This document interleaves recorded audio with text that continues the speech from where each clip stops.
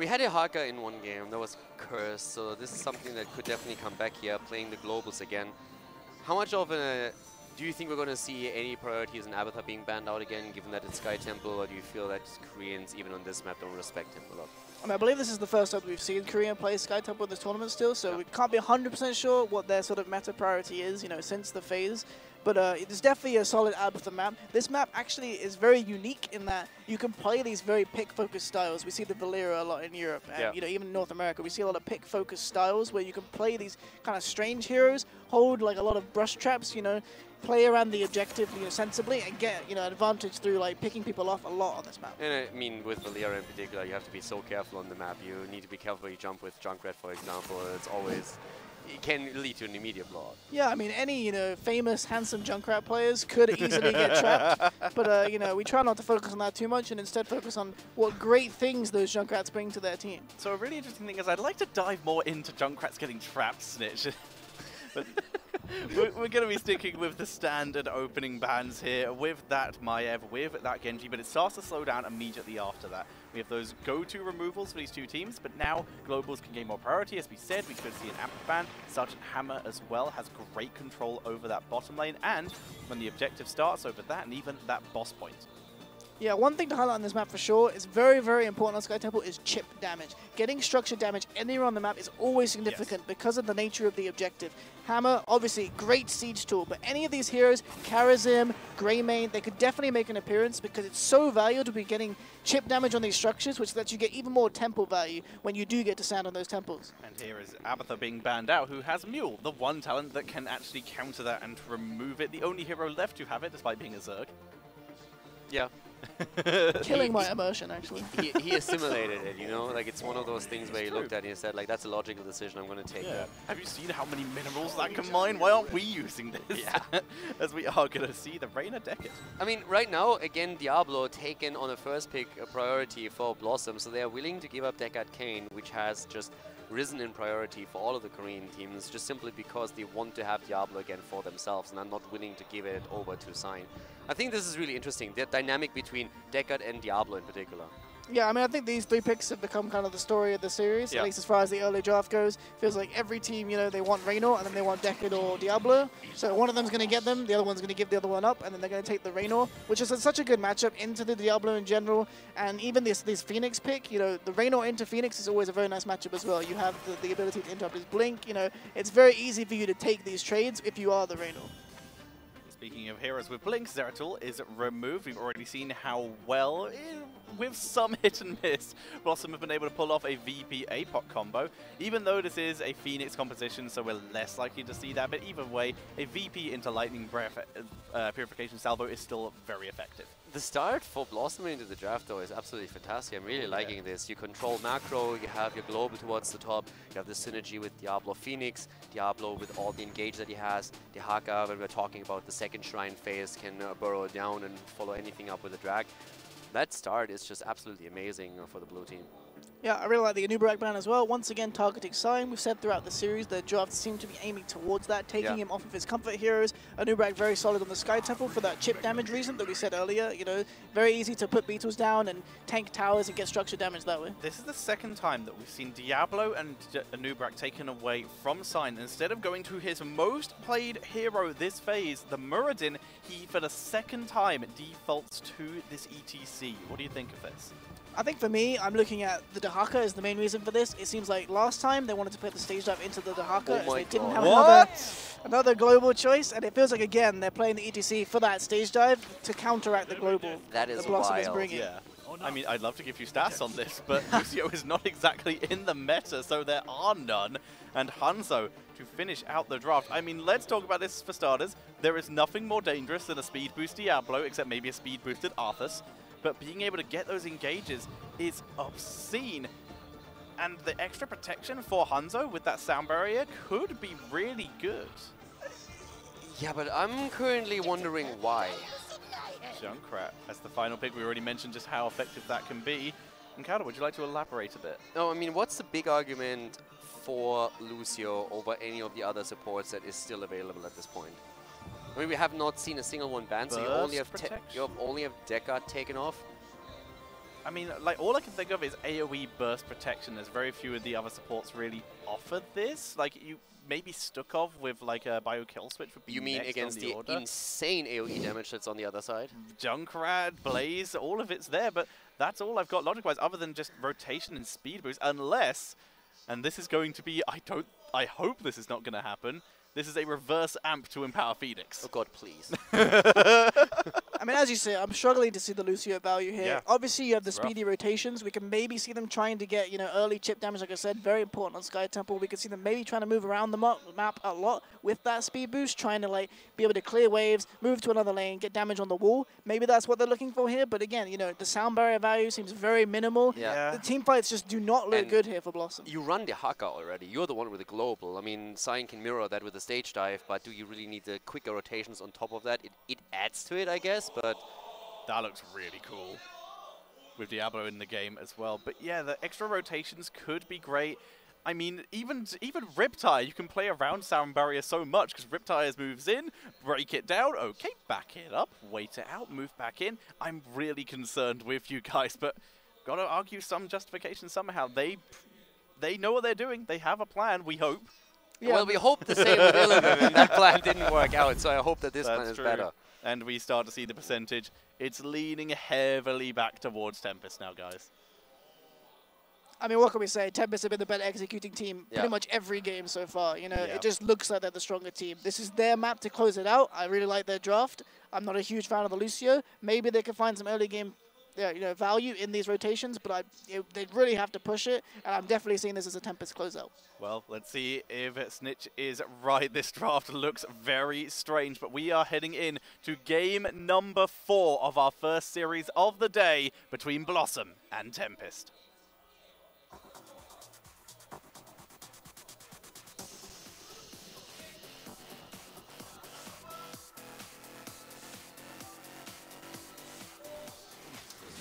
And it is game time as we are heading into Sky Temple game number 4. BlossoM down 1 map in this series. Tempest with the lead as we are going straight in with Modern on Phoenix, Wiz on Dehaka, Merriday on Lucio, Gonda on Hanzo, and Hankono on Diablo.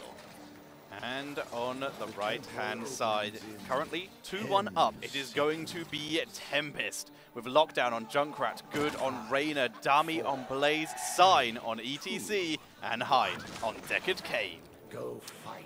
I'm still interested to see what exactly the value of Lucio is going to be for them in the game. There were no bans on supports. We had Deca taken away, but there was still plenty that they could have taken here. Of course, Merriday is going to allow them to rotate a lot quicker here. Engages and trying to run over an opponent can definitely work if they execute it well. Maybe trying to get a bit closer to Reyna here in these fights, but how successful that's going to be is something that only time can tell. Starting off with standard Accelerando for Lucio, doesn't want to get himself caught out, gives himself faster rotations.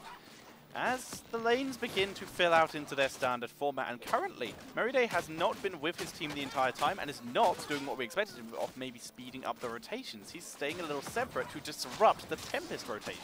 I mean, you also have move available on Lucio, of course, that can help you with some interrupts and also just, slow down these rotations as you've been alluding to. I find it also interesting we have Dehaka already at the top, so that's currently the one-on-one lane here.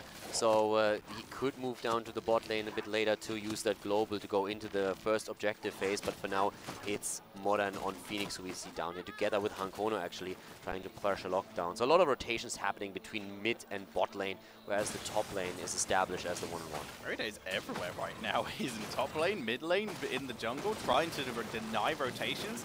He is all over the map, just adding extra pressure, but so far not really gained anything from this. I mean, they gained vision, right? So that's at least something. He gained a lot of vision. They have vision through Merriday himself, and they also control the watchtower because of how they set it up. That's because true. you're rotating between Careful, friend. mid and bot lane. Yeah, he's just having fun here. I mean, like you said, he's gaining vision. He knows exactly how quick the opponents are taking their camp. He has vision of how many people are doing it. He is giving his team a lot of information right now. The watchtower can't be underestimated, and with them setting the rotation up between the mid and the bot lane, you have an easier time with Merriday controlling that completely, and it's a lot tougher for Tempest to rotate in and take back control. So they're trying to do that now with Blaze as they set up for the night camp push towards the top. But BlossoM is taking their own camp. And they can now time that properly so that they have the assistance of those two towers to defend against their opponents. Farmer once again coming in for the Rainer, with potentially a little bit more burst this time with Salvo and Dragon Arrow being a potential option. This could be difficult as we see the extra pressure on this top lane coming in with this Bruiser camp. As BlossoM, pushed back up against their towers. They are able to use the extra towers for defense here. Yeah, this is actually a a three-man pushing at the four-man pushing aggressively at the top, and that allows Tempest to clean out that night camp very quickly, targeting first of all the opponent's mage, so that they still have the spell aura, and guarding their own by simply stepping on top of theirs.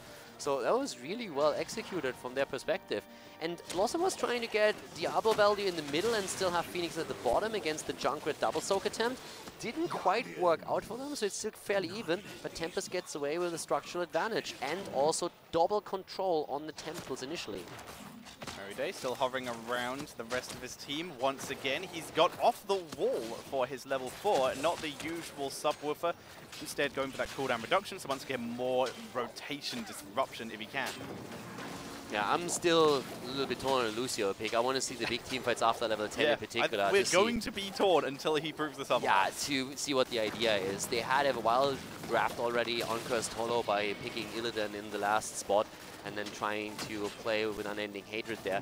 That kind of backfired quite heavily in those team fights, mostly because Tempest reacted really well to it and adjusted in their own builds. But let's see how this is going to work out for Lucio, as he's the odd pick out when we're looking at the setup.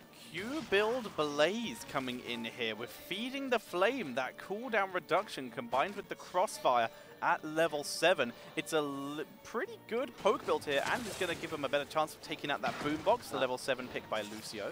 I think a lot of this actually comes down to the level 7 talent now becoming so much more standard, going to Crossfire here, that all of a sudden having the synergy with your level 4 becomes way more appealing for players. So I think this is just a continued evolution of the Blaze build that we've seen from day one here at the Eastern Clash. And with mid lane being pushed up by BlossoM, and with the Phoenix currently solo holding bot, you can see that Boombox being used as a ward. Tempest are playing very safely right now. No first blood is achieved by either team. They have no intention of moving out of position at this early stage. I mean, oftentimes when it comes to Sky Temple, it's the second objective phase that everyone is looking to. Yeah. This is one of the maps that is like the most scripted throughout the objective, so that you are trying to get the advantage through objective number 2. Ideally, you won't have level 10 abilities heading into that fight, and then one team might even give up the temple completely because they don't have access to the talent yet. That's where the Haka comes into play. That's where his global is going to give an added benefit to BlossoM, since Tempest will have to rotate their own solo laner, which in this case is Blaze obviously, down to the bot lane. ETC won't have level 10 yet, therefore no stage dive. But after that, it's really about who runs. This is one of the maps where you don't have to fight. I think this is one of the reasons why we have Lucio, since you can out-rotate your opponent. The counterplay to that would force a fight around the boss. But I personally think that's probably the thought process for them here, just trying to make sure they can play a rotational game without having to engage into team fights if they don't want to. The possibility is both these teams are approaching level 10 just as the objective spawns, with a slight time advantage in favor of Tempest, thanks to that Dahaka, thanks to just the soak that they were able to get earlier. With Dahaka, though, bringing it back for BlossoM. They will have this very quickly as well. And thank God no reverse, Sam. We are sticking with the sound barrier coming in here. ETC holding his level 10 for now. He does have the option of going for that stage dive to counter soak the Dahaka. The reverse would have been a good meme for sure. It would have been a little bit of a fun factor. But here comes the Haka. Riptire moving around. They found Lucio, who boops it, gets stun locked, and Lucio gets wiped. Yeah, Lucio goes down immediately, so that didn't work out so far. Tempest with I mean, this is perfect for Tempest. Again, for Tempest, this is great. You get the entire shrine or the temple at the bot lane because you get the quick kill against Lucio. So now, from this position onward, BlossoM is going to be behind when it comes to structural damage. And as we heard from Snitch before, and as we talked about in the past a lot, this is a map where the objective attacks structures directly, so structural advantages are absolutely key here. It's one of the reasons why you can dodge teamfights a lot and just rotate around your opponent. And I still believe this is the idea of Lucio. But another aspect of the map is the boss. And this is where we see a lot of games being decided because you can just make the play around it. Yeah. I mean, if we look at the ways to control the boss, BlossoM, they have a couple. Diablo Charge, for example, Dahaka to frag, Lucio boot. But then we look at Tempest, Concussion Mine, the penetrating round, face melt. They have all of these boss control tools. And they may get to use them because BlossoM are making the risky play. They've already burnt the boss down to a quarter health, and Tempest are already here. This is just going to be a fight over this. Yeah, and right now the boss is already low. So low that someone is going to take this. Concussion Mine is in play. That's perfect for them. And also keep in mind, we still have the ult on Lucio's side. But here comes the engage against Diablo, and he's in trouble. He's gone. That Trollnado from the boss. He is down already, but so is ETC. The counter coming in. Concussion Mine guarantees the boss for Tempest. And the Purification Salvo does not get enough damage. Also, we saw Phoenix actually on the point, holding that a bit longer, but then moving off it. I'm not quite sure if he could have held that a little bit longer until someone else, maybe Dahaka, steps up.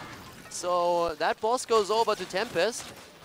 And I mean, for BlossoM, this game from start to finish so far has just been a disaster. They have lost Lucio at the first big fight at the bot lane and lost the temple. They just gave up, or they basically did all the work on the boss and then they lost it, gave it over to Tempest. For Tempest, this has been an absolute breeze.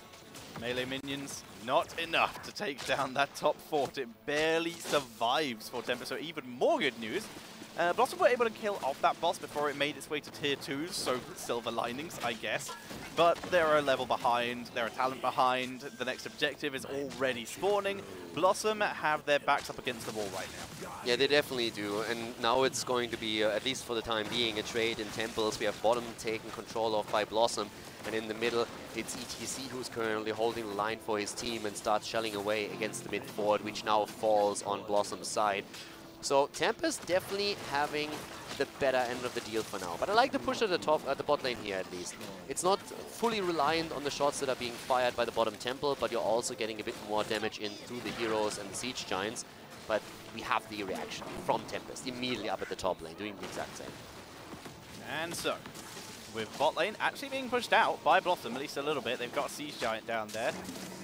So they're going to get at least some pressure with the Bruiser coming in exchange for Tempest. Riptire comes in looking for Meriday, who backs up to the rest of his team. And instead, the Riptire onto Honkodo, who actually escapes. What?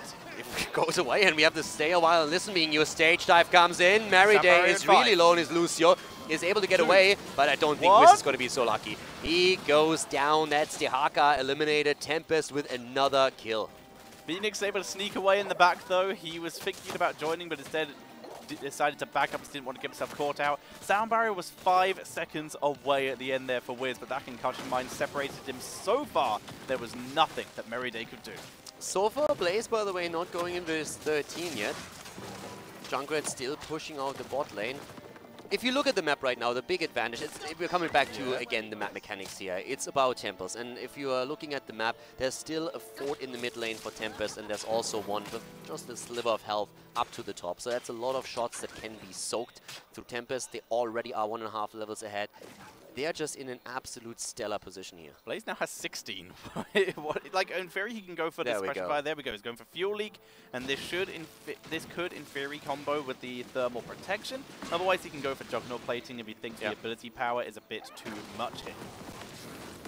I'm still pretty hyped about, I mean, how do you play from here on out with your BlossoM? You basically have to try and force a team fight, but you don't have level 16 yet. You can try and get the talent, then maybe force another fight around the boss. Boss is up in another minute and 45 seconds again, so that should fairly well coincident with you still being on even talents with your opponent. It's one play that they can force. You can try and play around the next shrines, but sorry, next temples. But Tempest is just the entire time a step ahead, which is pretty much what we've seen in the series. Diablo needs to stay alive if they go for another boss fight. He is the only one on this team who can actually, except for maybe Dahaka, who can outplay this concussion mine of Junkrat. So if he moves onto the point and is able to drop the lightning breath as the boss dies, that is their option for control, because obviously it grants him unstoppable, and Junkrat will not be able to control the point as effectively. Yeah, I'm still calling out the Lucio pick. I mean, the rotational game, yes, that's great, but Meriday has been so He has been really impactful when he had a hero that had some CC available to him to set up kills, and he has done that in game number 1, which they took. Granted, back then they had Deckard Cain, but he's played Karazim, and there was a good play from him as well. We've seen him on multiple heroes now throughout the tournament, but here he just has very limited tools of what he can actually, how he can impact the game and the flow of a team fight, and I feel it just simply shows. Juvenencia coming out, that is going to help keep Diablo alive at least. Percentage healing is always nice. As Wiz is forced back, quick charge onto Dami here. Merryday keeping everyone topped up for the moment. ETC not with the team yet, but he's already rotating in. Yeah, ETC has taken the bottom camp to counteract the Siege Giant camp that was pushing for BlossoM, so he's now just pushing back in. There's another camp at the top lane for BlossoM that they want to take. Riptire dancing around outside of vision as well. Another important tool here.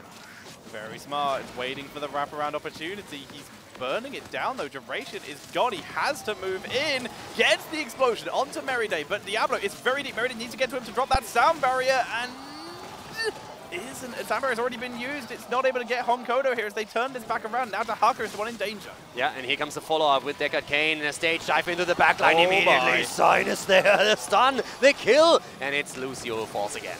Salvo comes out, does not do enough damage. Wiz has got a good angle on lockdown though. There's the lightning breath, good damage. And now Dami is in danger, gets the stun, but Dahaka shreds him, and BlossoM won the fight. BlossoM takes the battle here. First of all, we have Diablo getting his scuba gear out and going deep, but still able to survive as he moves back out. And then, with all those resources, fight against Diablo, them not getting the kill, BlossoM is actually able to win the team fight after initially they lose Lucio. So now they're going for boss.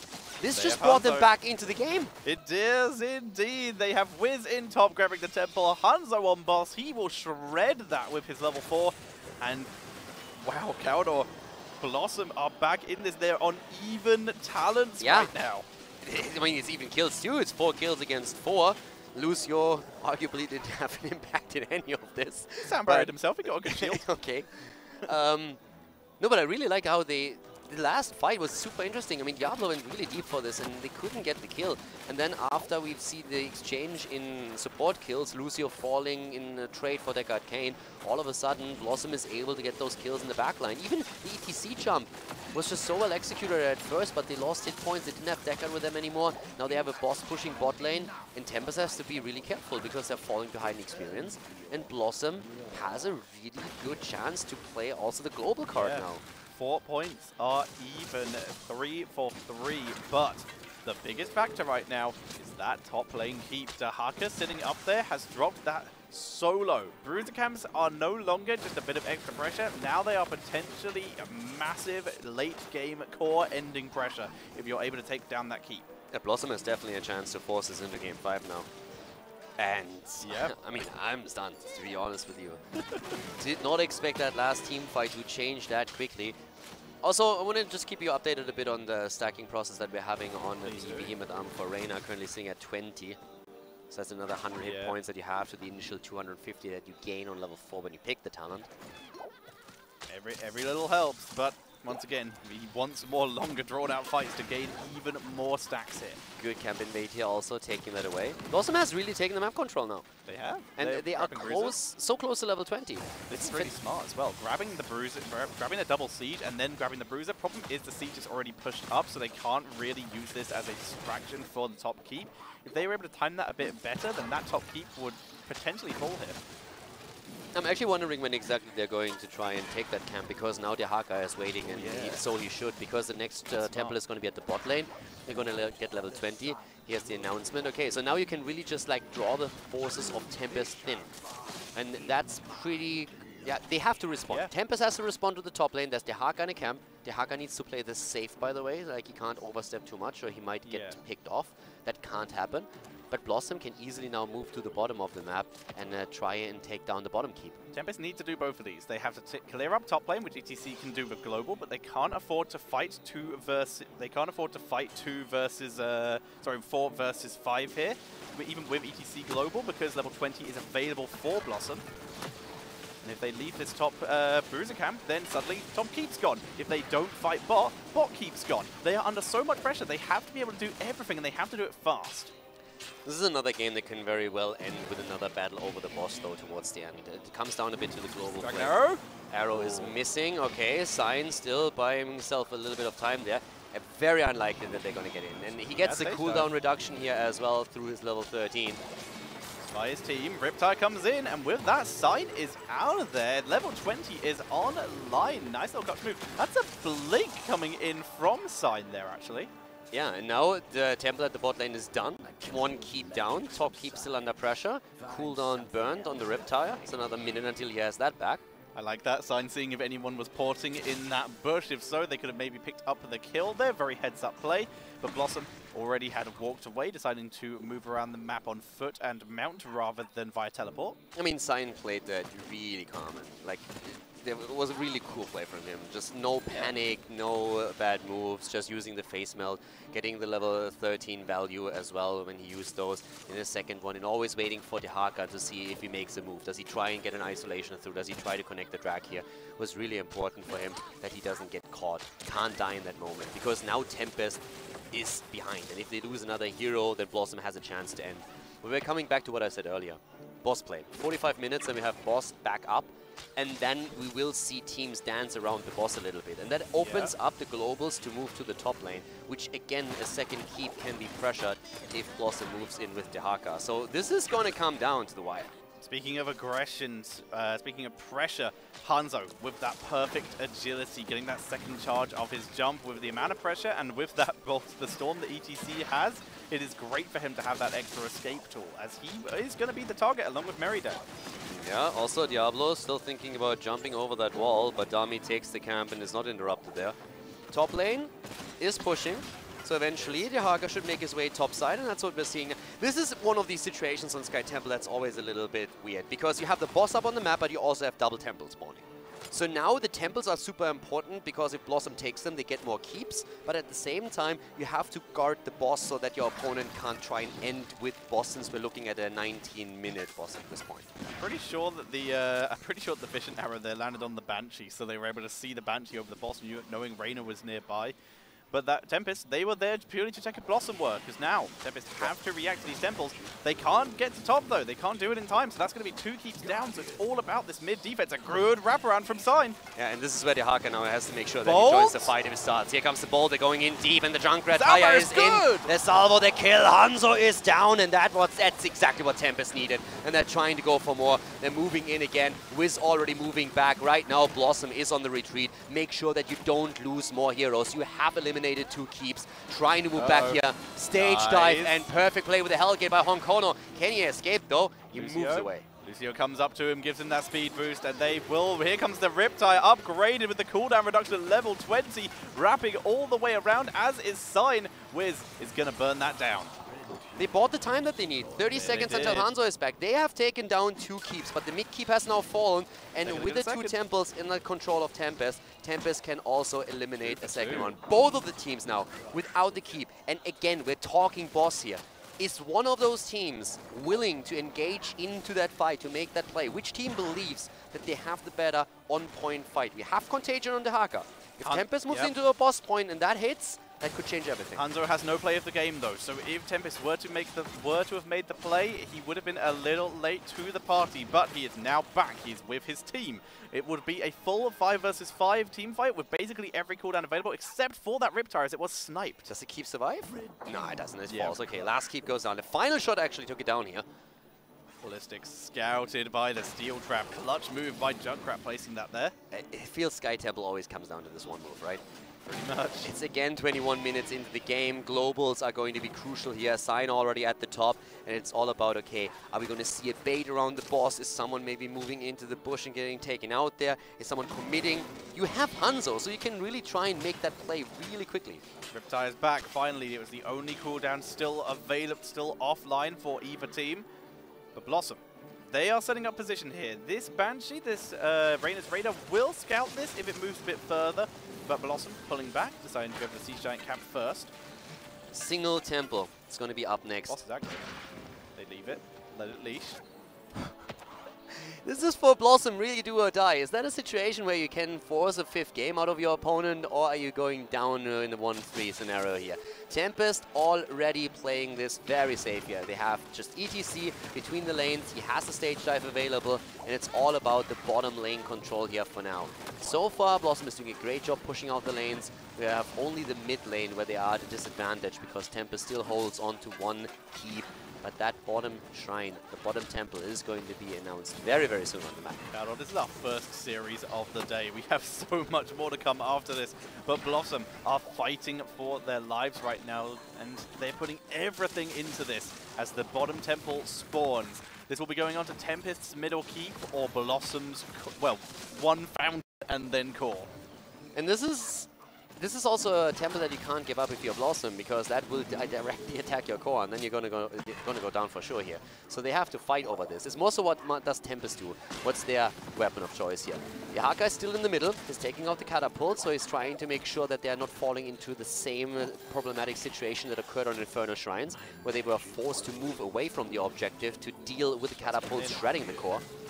Shots come in, they don't even finish off the fountain though. Honkono getting a little bit zoned away as the pressure begins to build up. Gondar dodges out of the scroll of ceiling here as both teams are looking for that angle. Dahaka is down here and Honkono has a great wraparound opportunity if anyone goes out of position, but Dami spots it. They get a couple of more shots here the entire time. They're at the bottom. Honkono is still in the back. He needs to be really careful here. He's alone. He's very alone. He can maybe try and make a turnaround. Oh my god, it's beautiful! He turns it around! They look for lockdown, but he gets in the bunker. Honkono with a perfect play, and immediately they are there. The bunker cooldown also used. Salvo. And here comes the salvo against 4. Gets the damage in. Forces Tempest back. That drag on ETC. Are they pulling that off? We see Blaze moving in with the jet propulsion, but it doesn't hit anything. The contagion comes out, and the poke damage, but it's not enough yet. The contagion only landed on ETC, who was able to split off a fantastic face melt right before it landed. Both these teams firing heroics willy-nilly. Neither one giving an inch. Dahaka making the most of his global, goes home to clean up the catapults. But how long does he have until that Brush Stalker? BlossoM is again on that temple, 1 shot away from eliminating the keep in the mid lane. Wiz is there. They need to just rotate someone in for 1 more second, 1 more shot, and the keep is gonna go down. But their core is taking pressure as they can't afford to give up these shots. The catapults will, this is the one lane that didn't have catapults in yet. They will spawn soon, but the shield is beginning to drop, Caldor. Tempest is already getting core damage in any second right now, but BlossoM, as he said, is in a similar position, but their catapults is eventually going to clean off. They're moving in again. Here comes the Reptile. Good damage comes out, but it's not enough to secure a kill. But there's the Haka. He burrows barely. The arrow comes through. He's alive. Stops the sail while listening. He's still alive. Gets the contagion out against 3, and they're moving in. BlossoM is looking to get that kill, but they lose 2 as Hanzo de Haka fall. The counter kill is good, but the resetted Riptire is insane. It's a 4 for 2. Diablo, the only one alive. He's full on soul, so he will revive if he dies here, but he's against 3 heroes. He hellgates out. He has to go home. He has to defend. He has to wait for his team. The temple, there's a couple shots left, but it might not be enough for lethal. The boss is still there. Stage dive. Stage dive comes in. He's trying to go straight for the kill against the core. Can he actually pull it off? He's trying to get the catapults in. I'm not sure if he can make that. He's going to try and bring in the catapults with him. He doesn't have the cooldown reduction on his self-heal, so he's going to be very reliant on the armor. There's so many catapults for the defense. I'm not so sure about this. With the defense. Blaze on the way. Decade on the temple. Gets the extra shots, removing the shield. Sign is doing everything he can to pressure this dummy. Moving in as well for extra damage. This is going to be slow, but they might be able to do it. They're dropping low, though. I'm not so sure. There's catapults. The catapults hurt right now, and there are so many. 20% of the core. You can't make that. The catapults are too powerful. And now we have Hanzo back. Honkono, the god, he saves the game once again with that pressure. Those catapults, like you said, I mean, to be fair, extra keep they got was so clutch. You have catapults spawning on 3 lanes. Catapults attacking the heroes hurt a lot here. If that wasn't the case, you can make the core play. But with so many catapults around, those heroes are eating too many shots. I am just wondering, with 3 heroes in the game, could they have made the play for boss?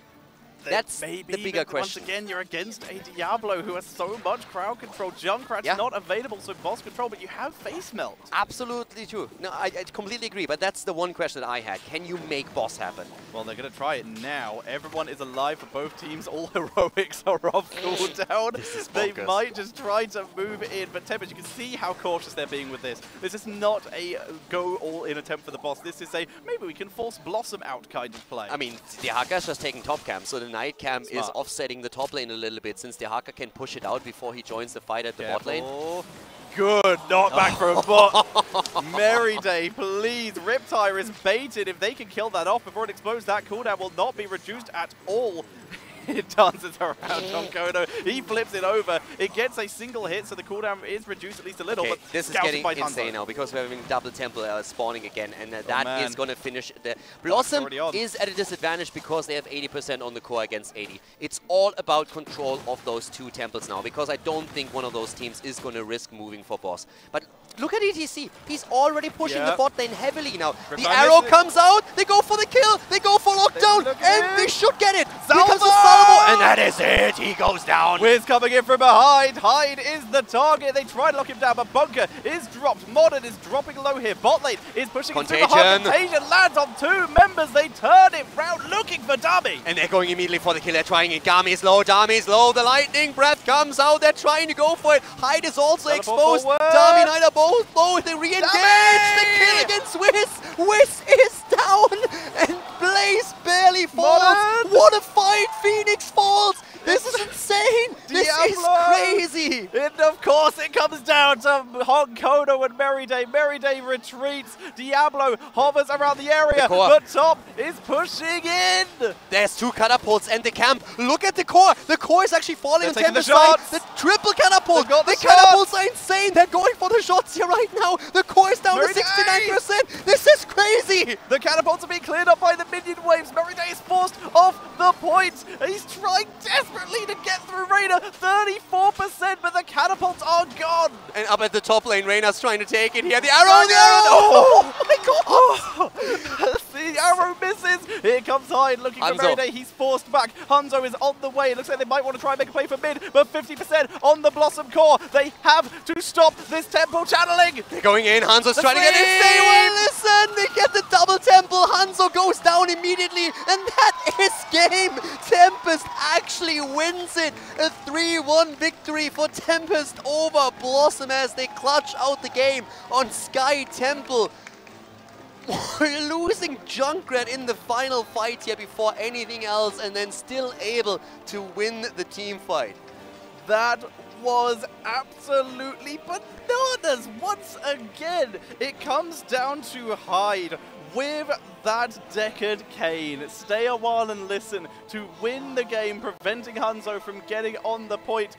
Tooth and nail fights from BlossoM though, Snitch. Yeah, I mean, such an intense game, completely down to the wire. BlossoM are really clinging for life, you know. With this Lucio at 20, you have so much sustain, actually, once he has the bonus track, that they can actually sustain through these team fights. But Tempest had excellent setups. I want to highlight Lockdown's use of Riptire throughout this game. They were very, very proactive with Riptiring in advance to set up before they engaged. Then they would immediately have the Riptire follow-up if Sign got a slide or a stage dive or they got a Blaze charge. Like, they were always ready to sync up this team fight this way. It was insane to me that Tempest was able to turn the last team fight around after Junkrat gets blown to pieces.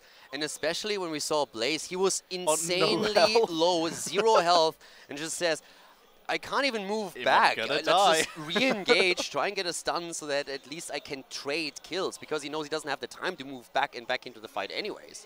Yeah, a lot of clutch plays in this last team fight. Blessing getting so much value, you know, when you get to these smaller and smaller skirmishes, when you give it up again, you get so much value from these instant heals and the damage increase. I think BlossoM were a little bit greedy with some of their target focusing. I think if they went for the Deckard, who was super slowed, you know, stuck outside of the lightning breath, it could have been turned the other way. But I think that just speaks to, like, the experience of the Tempest roster and how much, you know, these players, you know, they've been around for so long and, you know, they're able to show up in these clutch moments. And Tempest will be moving on to play against the winner of Gen G versus Ballistics. But you got to talk about that lower bracket as well. After that performance, I mean, we already knew that Korea were looking good against China, but after that performance from BlossoM, you start to lose a lot of hope. For whom? For China. in the lower bracket. You still have hope for China? There was. Did you not have it? Did you not say yesterday that you were quite impressed by BTG? Yes, when they were playing against the Chinese team.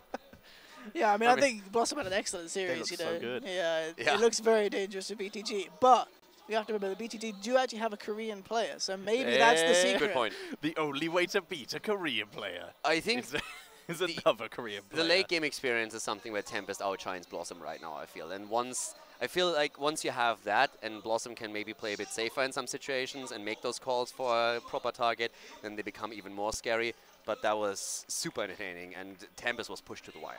Yeah, for sure. Very entertaining series, but as you said, the story of the series was definitely Tempest. Just calm, collective, much more solid in the late game, able to set up these fights much better. The execution in general was on a much higher level than BlossoM today. Well, let's send it over to our interview with our Victor Hyde after that insane first series of the day. Thank you very much, guys. Here I am joined with one of the victors after that very hectic and amazing series here, Hyde, the support player from Tempest. And I've got to go ahead and ask already, you know, the last game specifically with Sky Temple, all the shots going across the board, you know, just crazy skirmishes happening everywhere. What was going through your guys' head in that moment, going on through comms? 네, 굉장한 접전이었는데요. 특히 마지막 세트 하늘사원에서 누가 이길지 예측할 수가 없는 승부였습니다. 그 하늘사원에서 플레이하는 도중에 어떤 생각을 가지고 계셨나요? 저희가 이제 초반에 좀 유리하게 시작을 해서 무난하게 또 끝낼 줄 알았는데 이제 블라썸이 굉장히 잘 쫓아오는 바람에 저희가 좀 힘든 경기를 했다고 생각했는데 그래도 제가 잘하면 이길 거라고 생각을 했어요. So we took advantage early in the game, and we thought we would take an easy win, but BlossoM managed to chase us, and it was a very tough match. But I felt that if I played my hero well, then we should be able to win. Talking about playing your hero well, I got to bring it back to game number 2 on Cursed Hollow. Whenever they had the Illidan pick coming out, a lot of clutch plays coming out from you specifically there on the Decker Kane. Were you guys concerned at all when you saw the Illidan picked in, and more importantly, the role swap coming out from BlossoM, or did that kind of instill confidence? 이 세트 저주받은 골짜기에 대한 질문인데요. 특이하게 이제 1, 2단이 상대에서 픽으로 나왔습니다. 그때 이제 픽을 봤을 때 어떤 생각이 들었는지, 그리고 이 세트 도중에 하이드 선수가 이제 데커드 케인으로 많은 세이브 결정적인 순간에 이제 궁으로 많은 활약을 하셨는데요. 뭐 상대 픽이나 아니면 상대 픽 롤 바꾸는 거에 대해서 어떤 생각을 가지셨나요? 네. 우선은 이제 1, 2단이 나온 거는 홍코노 선수가 영웅리그에서 1, 2단을 굉장히 많이 써서 좀 나올 수도 있다고 생각을 했는데 설마 나올 줄은 몰랐고요. 이제 제가 좀 케어를 잘 해주면은 충분히 나머지 팀원들이 해줄 수 있겠다 생각해서 네, 그냥 그대로 무난하게 했습니다. So I kind of expected it to happen because I've seen Honkono play Illidan a lot during on Heroes League, and I thought that if I managed to play managed to take care of my teammates, then everything should be okay. Well, it worked out very much for you guys, and that is going to kind of lead you on throughout the tournament. And you are going to be facing the victor between Gen G and Ballistics, which we're going to have up next. And I've got to ask, is there an opponent maybe you would prefer to face, whether or not for a rivalry to prove something, or again maybe an easier opportunity to move to the grand finals? 예, 이제 다음 경기는 젠지 대 발리스틱스고 그 승자를 상대하게 되실 텐데요. 혹시 둘 중에 어느 팀을 상대하셨으면 좋겠는지, 뭐 특별히 라이벌 관계나 아니면 좀 더 쉽다고 생각하시는 상대가 있는지 알고 싶습니다. 이제 두 팀 다 굉장히 잘한다고 생각하고 개인적으로는 이제 발리스가 올라왔으면 하는 바람이 있는데 젠지가 올라와도 저희가 어차피 이겨야 될 상대이기 때문에 누가 올라오든 최선을 다해서 하겠습니다. So both teams are very strong teams, of course, and I personally prefer a Ballistics to come up. But even if Gen G comes up, their opponent we have to defeat anyway in order to win this tournament. So we'll be facing them regardless. Well, it'll be awesome to see that, especially after the performance you guys just had there as a team. Thank you very much there, Hyde. That is going to be it for us for now here, ladies and gentlemen. We're going to go to a quick commercial break, and when we come back, it is going to be Gen G up against Ballistics.